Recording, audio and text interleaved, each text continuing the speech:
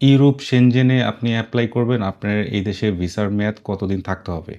এই কথাটা জানতে চেয়েছেন। আর এই সেম কোয়েশ্চেনটা আপনারা আমাকে অনেকেই করতেছেন যে, "ভাই ভিসার মেয়াদ কতদিন থাকলে হচ্ছে এপ্লাই করা যায়?" তো ভিসার মেয়াদ মিনিমাম হচ্ছে ৩ মাস থাকতে হবে। আর এই ৩ মাস হচ্ছে অ্যাপয়েন্টমেন্ট ডেটের পরের থেকে ৩ মাস হতে হবে। আমি আরেকটু ক্লিয়ার করে দেই। ধরেন হচ্ছে আপনার এই মাসে হচ্ছে আপনি আমাকে ডকুমেন্ট জমা করছেন অ্যাপ্লিকেশন করার জন্য বা অ্যাপয়েন্টমেন্ট নেওয়ার জন্য হচ্ছে জমা করছেন। তো আমার ডেটটা পড়ছে হচ্ছে সামনের মাসে। তাহলে সামনের মাস থেকে ৩ মাস মেয়াদ থাকতে হবে। আর যদি আপনার এখনই ৩ মাস মেয়াদ থাকে তাহলে আপনি টোটালি এপ্লাই করেন না। আপনার ডকুমেন্টই জমা করতে পারবেন না। মানে ডকুমেন্ট জমা করার পরে হচ্ছে ৩ মাস থাকতে হবে। আর পাসপোর্টের মেয়াদ ৬ মাস। আর এই জিনিসগুলো হচ্ছে সব কান্ট্রির জন্য না।